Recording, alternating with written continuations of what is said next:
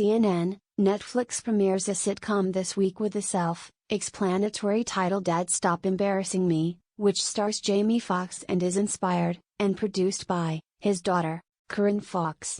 It's pretty much everything the exclamation point would suggest, a star-driven exercise that's loud but not very good. Yet that's not the only embarrassing type sitcom on Netflix menu, which raises the question of why the streaming service, which built its appeal and reputation around premium-level content, wants to emulate old-time TV, offering situation comedies that wouldn't look out of place on a broadcast network's schedule in the 1980s or 90s.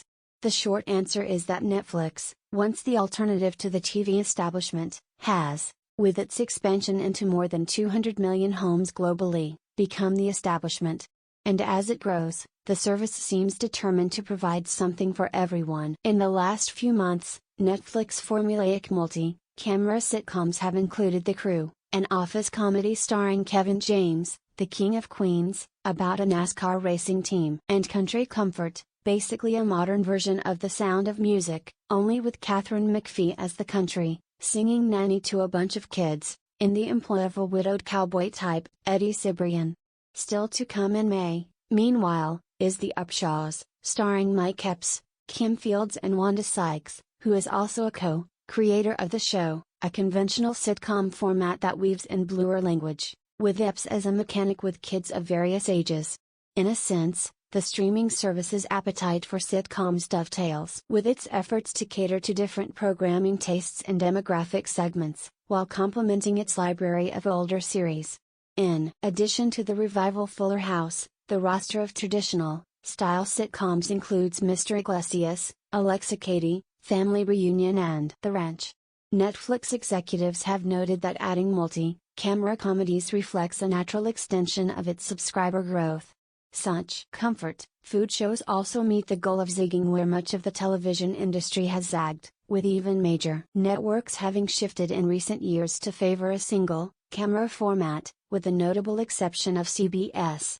Dad Stop Embarrassing Me and The Crew both exhibit a very particular kind of selling point, one that relies heavily on star power and marketing big, promotable names above all.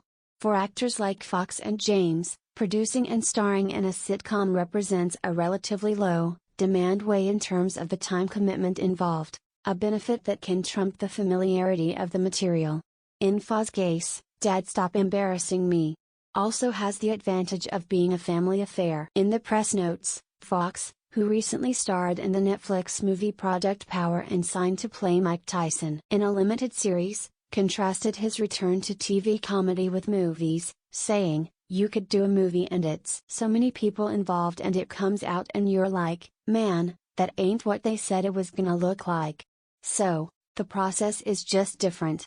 A better question is why such shows are perceived to deliver significant subscriber value, for the most part dishing out pallid versions of a genre that's readily available across streaming, with viewers embracing reruns of staples like Friends, The Office and The Big Bang Theory during the pandemic. Because Netflix and its competitors seldom make available clear data regarding viewing, the best indication the strategy is working can be seen in its program menu. As long as subscribers exhibit an appetite for them, expect more old-fashioned sitcoms, embarrassing or otherwise.